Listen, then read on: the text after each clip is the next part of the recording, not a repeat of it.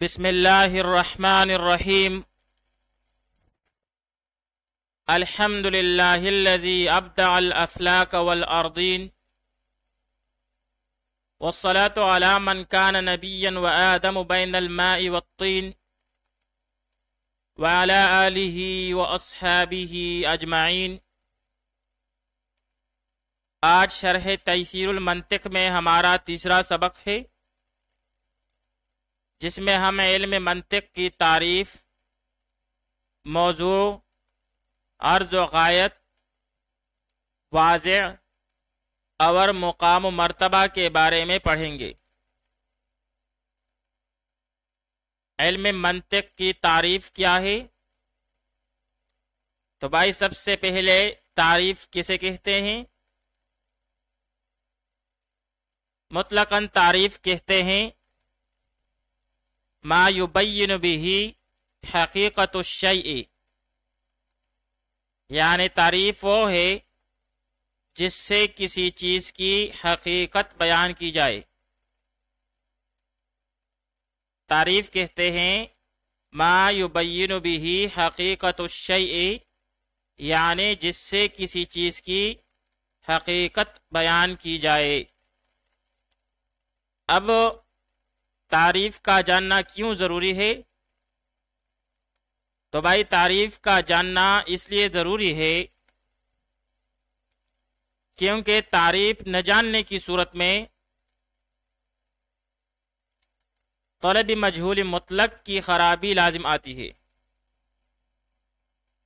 تعریف کا جاننا اس لیے ضروری ہے کیونکہ تعریف نہ جاننے کی صورت میں مطلق مجہول کی طلب کی خرابی لازم آتی ہے۔ پھر منطق کی تعریف جو ہے وہ دو طرح سے کی گئی ہے۔ پہلی تعریف علم یعرف بہ تمییز الفکر السالم الصحیح عن الفاسد، یعنی منطق ایک ایسا علم ہے کہ جس سے فکر صحیح کو فکر فاسد سے ممتاز کیا جاتا ہے۔ علم یعرف بہا تمییز الفکر السالم الصحیح عن الفاسد، یعنی منطق ایک ایسا علم ہے کہ جس سے فکر صحیح کو فکر فاسد سے ممتاز اور الگ کیا جاتا ہے۔ دوسری تعریف علم منطق کی جو کی گئی ہے وہ یہ ہے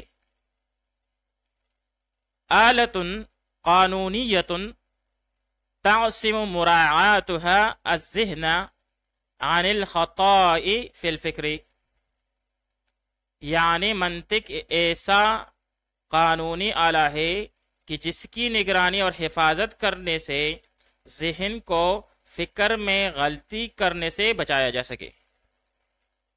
آلۃ قانونیۃ تعصم مراعاتها الذہن عن الخطاء فی الفکر، یعنی منطق ایک ایسا قانونی آلہ ہے کہ جس کی نگرانی اور حفاظت کرنے سے ذہن کو فکر میں غلطی کرنے سے بچایا جا سکے۔ آئیے اسے حاکے کی مدد سے سمجھنے کی کوشش کرتے ہیں۔ فرض کرے ہمارے پاس دو تصور ہیں جو کہ معلوم ہے۔ مثلا ایک تصور جو کہ معلوم ہے وہ حیوان ہے جو کہ جاندار کو کہتے ہیں، اور دوسرا تصور جو کہ معلوم ہے وہ ناطق ہے یعنی عقل والا۔ پھر ان دونوں معلوم تصورات کو جمع کر کے اس سے ہم نے ایک نامعلوم تصور حاصل کیا، یعنی حیوان ناطق جو کہ انسان کو کہتے ہیں۔ پھر ان دو معلوم تصورات کو جس سے نامعلوم تصور کو حاصل کیا جائے، ان معلوم تصورات کو معرف یا تعریف کہتے ہیں۔ اور اس کے علاوہ اسے قول شارح بھی کہتے ہیں، یعنی جو معلوم تصورات ہوتے ہیں جن کو ملا کر ہم نامعلوم تصور حاصل کرتے ہیں، وہ معلوم تصورات معرف یا تعریف کہلاتے ہیں۔ تو یہ تو تصور کی بات ہوئی جو کہ علم کی ایک قسم ہے، اور علم کی دوسری قسم تصدیق ہے۔ تو بھائی جب دو تصدیق معلوم ہو، مثال کے طور پر ایک معلوم تصدیق وہ یہ ہے کہ انسان جاندار ہے، اور دوسری تصدیق جو کہ معلوم ہے وہ ہے ہر جاندار جسم والا ہے۔ اب ہم ان دونوں معلوم تصدیقات کو جمع کریں گے اور اس سے ہم ایک نامعلوم تصدیق حاصل کریں گے، یعنی پہلا معلوم تصدیق جو تھا وہ انسان جاندار ہے اور دوسرا ہر جاندار جسم والا ہے، تو اس سے نتیجہ یہ نکلتا ہے کہ انسان جسم والا ہے، انسان جاندار ہے اور ہر جاندار جسم والا ہے۔ تو بھائی ان دو معلوم تصدیقات سے ہم نے ایک تصدیق حاصل کیا جو کہ ہے انسان جسم والا ہے۔ ان دو معلوم تصدیقات کو جس سے ہم نے نامعلوم تصدیق حاصل کیا، ان کو دلیل یا حجت کہتے ہیں، یعنی وہ معلوم تصدیقات جس سے ہم نے نامعلوم تصدیق حاصل کیا تو ان معلوم تصدیقات کو دلیل یا حجت کہتے ہیں۔ تو بھائی علم کی دو قسمیں ہیں، تصور اور تصدیق۔ تو جب دو قسم کے معلوم علم کو ہم جمع کریں گے اور اس سے ایک نامعلوم کا علم حاصل کریں گے تو اس عمل کو نظر اور فکر کہتے ہیں، یعنی وہ پروسیس اور وہ عمل جس میں ہم دو معلوم تصورات یا دو معلوم تصدیقات سے نامعلوم تصور یا نامعلوم تصدیق حاصل کرتے ہیں، تو اس عمل کو نظر اور فکر کہتے ہیں۔ پھر اس نظر اور فکر میں بعض اوقات انسان سے غلطی ہو جاتی ہے۔ تو بھائی علم منطق وہ علم ہے جو اس نظر و فکر میں انسان کو غلطی ہونے سے بچاتا ہے۔ آئیے سبق میں آگے بڑھتے ہیں۔ علم منطق کا موضوع۔ تو بھائی پہلے ہم موضوع کی تعریف پڑھیں گے کہ موضوع کیسے کہتے ہیں۔ تو بھائی موضوع جو ہے وہ وضع سے مشتق ہے اور اس کا معنی ہے رکھا ہوا، اور اصطلاح میں ما یبحث فیہ عن عوارضہ الذاتیہ، یعنی موضوع ہر علم کا وہ چیز ہے جس کے عوارض ذاتیہ یعنی ذاتی حالات سے اس علم میں بحث کی جائے۔ تو بھائی موضوع کا جاننا کیوں ضروری ہے؟ تو موضوع کا جاننا اس لیے ضروری ہوتا ہے کیونکہ موضوع کا علم نہ ہونے کی وجہ سے خلط مبحث کی خرابی لازم آتی ہے، یعنی اگر آپ کو موضوع کا علم نہ ہو تو آپ امتیاز بین العلوم نہیں کر سکتے، علوم کے درمیان فرق نہیں کر سکتے کہ جس علم میں کس قسم کی بات کی جاتی ہے۔ پھر علم منطق کا موضوع کیا ہے؟ تو بھائی علم منطق کا موضوع متقدمین اور متاخرین دونوں نے الگ الگ بیان کیا ہے۔ متقدمین کے مطابق علم منطق کا موضوع المعقولات الثانیۃ ہے، یعنی جو چیز دوسری مرتبہ ذہن میں آتی ہے، اس لیے کہ جب الفاظ بولے جاتے ہیں تو جو چیز اولاً ذہن میں آتی ہے وہ ان الفاظ کے معنی ہوتے ہیں، اور لغت والے ان کی بحث کرتے ہیں یعنی معانی کی بحث کرتے ہیں، اور ثانیاً ان معانی کے بعد جو چیز ذہن میں آتی ہے وہ ان معانی کا کلی، جزئی، عرضی، جنسی، نوع اور فصل وغیرہ ہوتا ہے، اور منطق والے انہی سے بحث کرتے ہیں، یعنی جو چیزیں معانی کے بعد دوسری مرتبہ ذہن میں آتی ہے۔ کلی اور جزئی وغیرہ کے بارے میں ہم آئندہ اسباق میں پڑھیں گے۔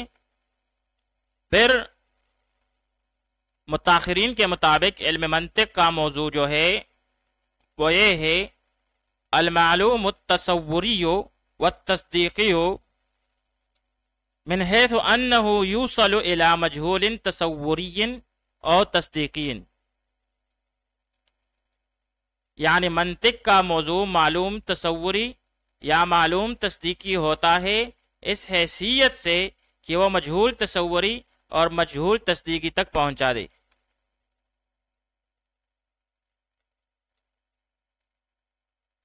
یعنی دوسرے الفاظ میں علم منطق کا موضوع جو ہے وہ معرف یا تعریف اور دلیل یا حجت ہے۔ آئیے اب علم منطق کی عرض و آیت کے بارے میں جاننے کی کوشش کرتے ہیں، لیکن سب سے پہلے ہم عرض و آیت کی تعریف پڑھیں گے۔ عرض کا لغوی معنی ہے نشان، اور اصطلاح میں ما یکون باعثا للفعل، یعنی عرض وہ چیز ہے جو کسی کام پر برانگیختہ کرنے والی ہو، یا ہم کہہ سکتے ہیں ما یصدر الفعل عن الفاعل لأجلہ، یعنی جس کی وجہ سے فاعل سے کسی فعل کا صدور ہو تو وہ عرض کہلاتی ہے۔ اب عرض کا جاننا کیوں ضروری ہے؟ تو بھائی عرض کا علم نہ ہونے کی وجہ سے طلب عبث یعنی فضول چیز کو حاصل کرنے کی خرابی لازم آتی ہے۔ یعنی جب آپ کو کسی علم کی عرض و آیت معلوم نہ ہو تو پھر تو آپ ایک عبث چیز کی طلب میں لگے ہوئے ہو۔ تو عرض و آیت کا جاننا بہت ضروری ہوتا ہے۔ اب علم منطق کی عرض و آیت کیا ہے؟ تو بھائی علم منطق کی عرض و آیت صیانت الذہن عن الخطاء فی الفکر، یعنی ذہن کو غور و فکر میں غلطی کے صدور و ارتکاب سے بچانا منطق کی عرض ہے۔ علم منطق کی عرض ذہن کو غور و فکر میں غلطی کے صدور اور ارتکاب سے بچانا ہے۔ پھر علم منطق کا واضح کون ہے؟ تو بھائی واضح کا جاننا ضروری ہوتا ہے، کسی بھی علم کے واضح کا جاننا ضروری ہوتا ہے، کیونکہ واضح اور موجد کے بارے میں جاننے سے اس علم یا فن کی تاریخی حیثیت معلوم ہو جاتی ہے۔ پھر علم منطق کے واضح اور تاریخی حیثیت کو 3 حصوں میں بیان کیا جاتا ہے: معلم اول، معلم ثانی، معلم ثالث۔ معلم اول، حضرت عیسیٰ علیہ السلام کی پیدائش سے پہلے ایک بادشاہ گزرا تھا جس کا نام سکندر اعظم تھا، اور اس کے وزیر کا نام ارسطاطالیس یعنی ارسٹوٹل یا ارسطو تھا، جو کہ 322 قبل مسیح کو فوت ہو چکا تھا۔ ایک دن وہ دونوں اکٹھے سفر پر جا رہے تھے، یعنی بادشاہ اور وزیر دونوں اکٹھے سفر پر جا رہے تھے کہ سکندر اعظم کو راستہ سے ایک پیالہ ملا جس میں کچھ لکیریں لگی ہوئی تھیں۔ بادشاہ نے اپنے وزیر ارسطو سے سوال کیا کہ یہ کیسی لکیریں ہیں؟ تو ارسطو نے جواب دیا اس میں 200 سال کی تاریخ لکھی ہوئی ہے۔ اس پر سکندر اعظم نے کہا کہ ہمیں بھی کوئی ایسی چیز کرنی چاہیے کہ جو منفرد ہو، تو ارسطو نے اس کی پہچان کے لیے ایک علم یعنی فن کو وضع کیا جس کا نام علم منطق رکھا، اور اس وقت اس نے اس علم کو یونانی زبان میں لکھا تھا۔ ارسطو نے مختلف علوم و فنون پر بہت سی کتب لکھی ہیں، اور یہ سکندر اعظم کا وزیر ہونے کے ساتھ ساتھ اس کا استاذ بھی تھا۔ پھر یہ علم اسی یونانی زبان میں ہی چل کر یعنی آگے منتقل ہو کر ابو نصر الفارابی کے دور میں آیا، اور یہ خلافت عباسیہ کا دور تھا۔ تو بھائی اہل علم جو ہے وہ ارسطو کو علم منطق کا معلم اول مانتے ہیں۔ معلم ثانی اور معلم ثالث، شیخ ابو نصر الفارابی جو کہ عظیم فلسوف اور منطقی انسان تھے، اس کی وفات 340 ہجری میں ہوئی۔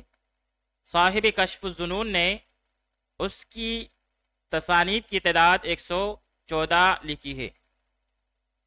اس عظیم فلسوف نے جو کہ یونانی اور عربی دونوں زبانوں کا ماہر تھا، علم منطق کو یونانی زبان سے عربی زبان میں منتقل کیا، اس لیے اس کو علم منطق کا معلم ثانی کہتے ہیں۔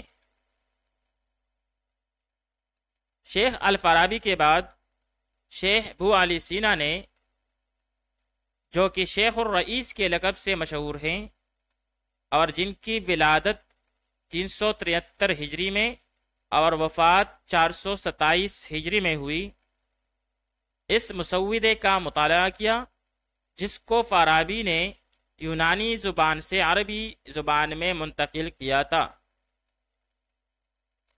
اور اس علم کو نہایت ہی منظم انداز سے ترتیب دیا اور مجتہدانہ طور پر اس کے مسائل کی خوب اچھی طرح وضاحت کی۔ عباسی خاندان کے عہد خلافت میں ہلاکو خان نے بغداد پر حملہ کر کے خوفناک تباہی مچائی تھی، اور وہاں کے بے نظیر کتب خانے یعنی مامون الرشید کے قائم کردہ بیت الحکمت کی کتب دریا برد کر دی تھی۔